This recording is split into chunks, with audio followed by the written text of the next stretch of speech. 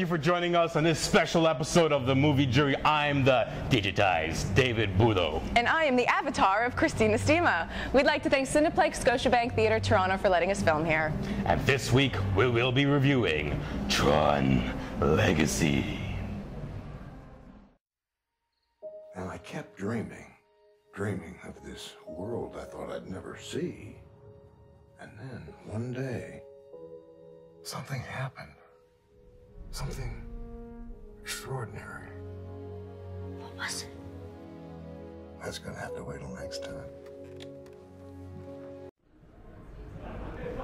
Tron Legacy is a classic example of style over substance. You don't go see this film for the performances, for the writing, for the directing, for anything except for the CGI. And granted, the CGI is quite good. You feel like you're in a dream sequence throughout the entire film. But Jeff Bridges, really? Did you actually say some of those lines? This is cringeworthy. Michael Sheen does have a good turn, but he is channeling the Chris Tucker character from Fifth Element. This is a film high on gloss, low on substance. Encom CEO Kevin Flynn was reported missing today. He was last seen at his home with his son, Sam. Sam, I was paged last night. Page came from your dad's office at the arcade. That number's been disconnected for 20 years. Hey, Dad.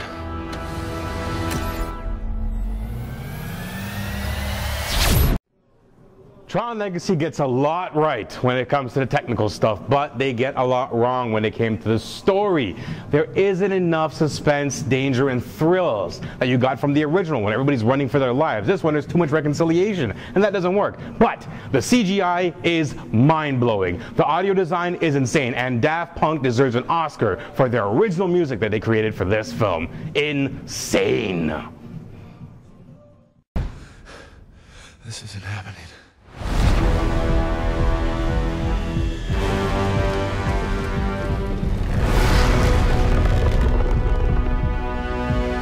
Who are you? Dad.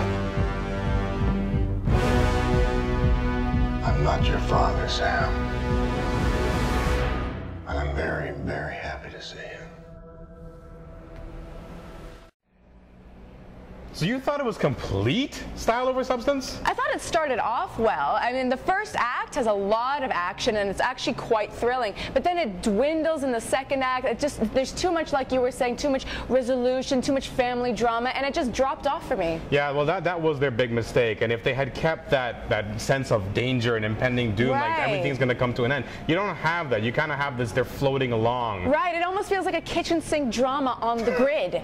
And you're just kind of, and you're just kind of like, this isn't interesting to me. I want to be thrilled off of my seat, but I wasn't feeling that in the second act. And then it just kind of ended, and you're like, kind of going for a little bit too much depth. Right, yeah, and it wasn't. This kind of film doesn't need that. Right, I mean, I do agree with what you said about the CGI. It is absolutely beautiful and breathtaking to look at, but the performances don't support it. Yeah, when it comes to the CGI in this, honestly, it's on par with Avatar, even though it's not nature, it's a computerized situation. Right. It just flows beautifully, except for the thing they used to make Jeff Bridges young again. Yeah. That was really odd. They CGI'd his face to make him look the way he did in 1982, and it's kind of Imagine me sitting here talking to you like this, and my head's doing this at times. Doesn't that look really, really strange? Yeah. And that's what his head does. It's really, really awkward and off-putting. It's jarring. It was quite jarring, and I don't think that worked. Forget about all this stuff. We got to talk about the really good stuff.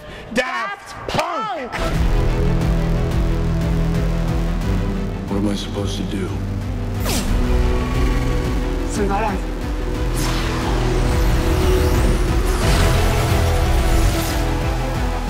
Your father was the creator.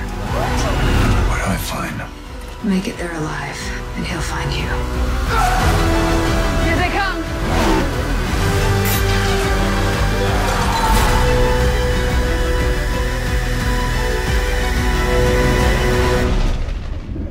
Your move, Flynn.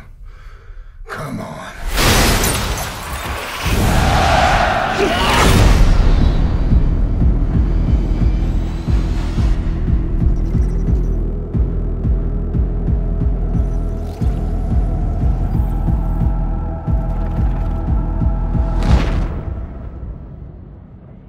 Oh my God, it was so awesome. The soundtrack is absolutely breathtaking. You feel it right in your gut, like especially that bass is pumping. Look at the girl and your heart starts thumping.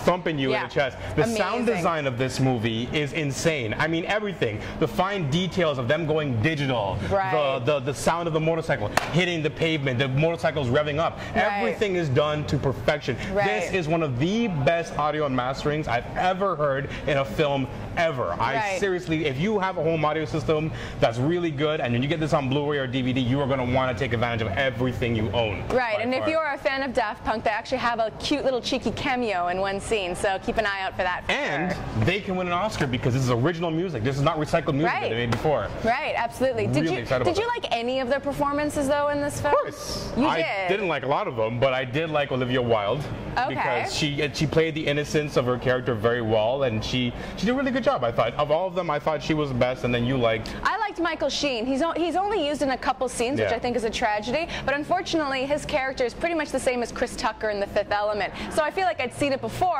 But Michael Sheen is good in any film, as far as I'm concerned. He wasn't as flaming as Chris Tucker was. Not as but flaming. I love the character. He's flaming, just not as. It was fun though. It was a lot of fun. It was a fun, that was a fun cameo. So, the big thing. What did you give this movie? Sorry guys, C-. C-? I gave it a B+, mostly because of the technical stuff.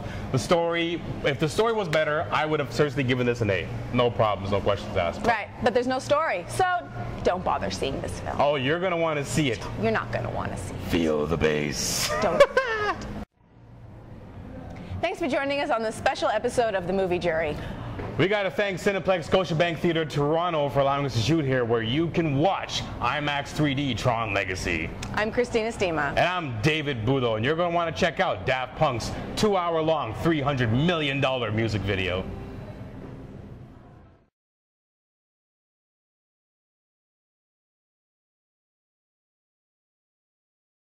Thank you for joining us on a special one-time episode of The Movie Jury. I'm the computerized. Right. 5, 4. Shit. I could have kept going. Daft Punk. No, it's not Daft Punk. Oh, God. Nicely done. Nice. Tron Legacy is done in the same style as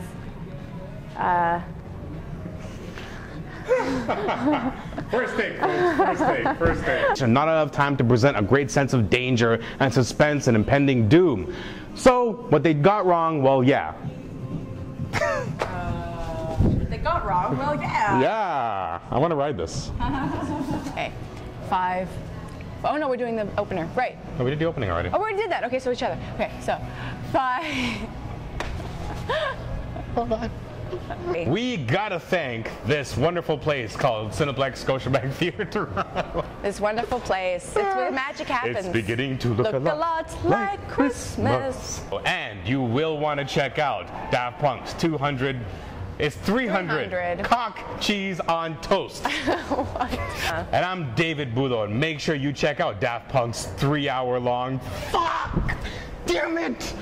Right.